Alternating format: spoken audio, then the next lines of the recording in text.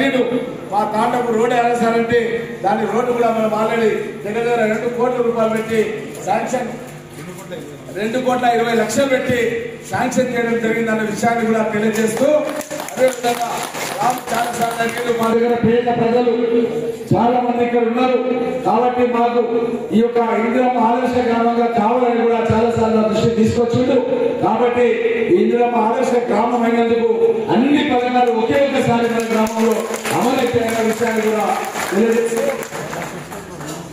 అదేవిధంగా మన గ్రామంలో సీసీ రోడ్డు కూడా 10 లక్షల రూపాయల సీసీ రోడ్డు కూడా పెట్టడం జరిగింది. ఇదే కాదు మీరు ఏ పనిలో కూడా ఎన్నికలకు ముందు మీకు మాట్లాడిన మీ ఇంట్లో ఒక అన్నలాగా తమ్ముళ్ళలాగా మీరు ఏదైనా సరే ఎల్లప్పుడూ మీకు సేవ చేయడానికి నేను సిద్ధంగా ఉంటానన్న మాట చెప్పడం జరిగింది. నేను దానికి కట్టుబడి ఉంటా.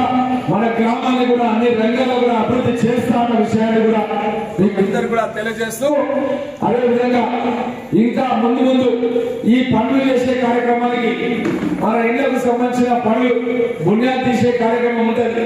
ఆల్రెడీ మన ఎండి ఆఫీస్ దగ్గర మన ఖరీదు తీసుకుపోయి టెంకాయ కొట్టించి 400 స్క్వేర్ ఫీట్లది ఒక వరండా, ఒక కిచెన్, ఒక హాలు, ఒక బెడ్రూమ్, 4 రూములు, ఒకటి 100 స్క్వేర్ ఫీట్లు 400 స్క్వేర్ ఫీట్లలో ఇండిపెండెంట్ ఇల్లు నిర్మాణం చేయడానికి పనులు ప్రారంభించడానికి సుల్తాన్పూర్ గ్రామానికి తొందరలోనే వస్తాను. ఆ రోజు మళ్ళీ మీతో సుదీర్ఘంగా మాట్లాడతాను. ఈ రోజు నాకు ఇంకా పోటూరు మండలంలో ఎంకపల్లి అనే గ్రామం ఉంది, అక్కడికి వెళ్ళాల్సి ఉంది కాబట్టి మీరందరూ కూడా సెలవు తీసుకోండి.